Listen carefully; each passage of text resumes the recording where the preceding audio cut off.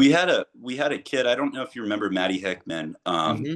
but he passed away shortly after, or while I was still in college, actually. But I think a big for me, my walk changed quite a bit. It became more serious when I saw the life of Matt Hickman. So he came. He was a troubled kid at first. Like he came to Cal Baptist. He had issues with alcohol and other things that maybe for now it's not worth getting into. But we had a counselor on campus that would talk to him and pray with him and talk about things that Matty hoped to be or wished to be. And I saw a really stark change in Matty. Like he went from a kid that was like getting blacked out like every night to a kid that didn't drink. He was very serious about wrestling, and it wasn't even about that. It's not about what he was doing. It was about his character and the person, and where he was putting his interest and his time. And I think when I saw that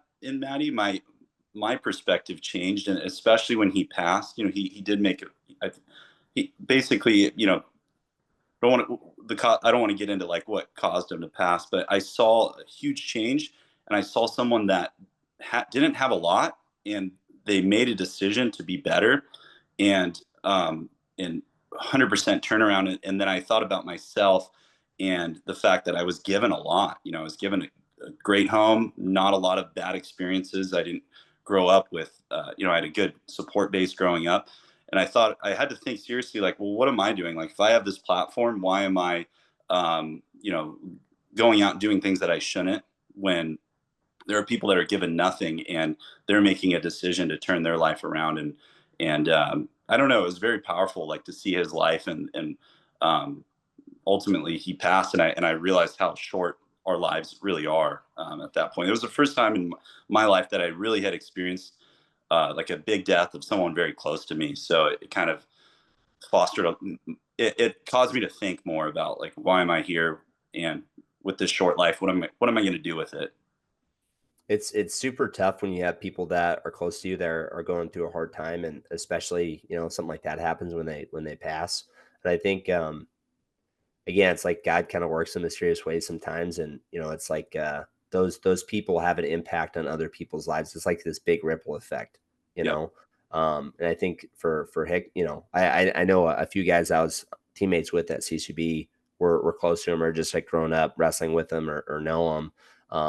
For them it was like kind of a shock Yep. when he passed. And I think again, kind of just touching on what I was saying before, like when people that or that maybe are close with in some way, when they going through something or they pass, it's like taking a breath and maybe trying to reflect on them and who they are. And I think the gift that they kind of have in that situation is hopefully they can impact other people.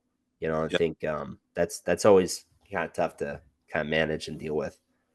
Absolutely. Yeah, it was. But it was there. The silver lining was he made a complete change, and honestly was happy. Like, you could see before, he's the funniest guy in the world too. He was always like, was the guy that came to practice, was lifting everybody up, like very, like, a great sense of humor. But he wasn't happy. You could see something was off prior to kind of this change that I was referring to. And then he did make that change, and you could see a difference in him, and it was inspiring. It was like, well, what does he have that I haven't found yet? So I guess that ultimately his his success and his change kind of fostered some questions that in me. So that, yeah, it was a nice thing to see his turnaround.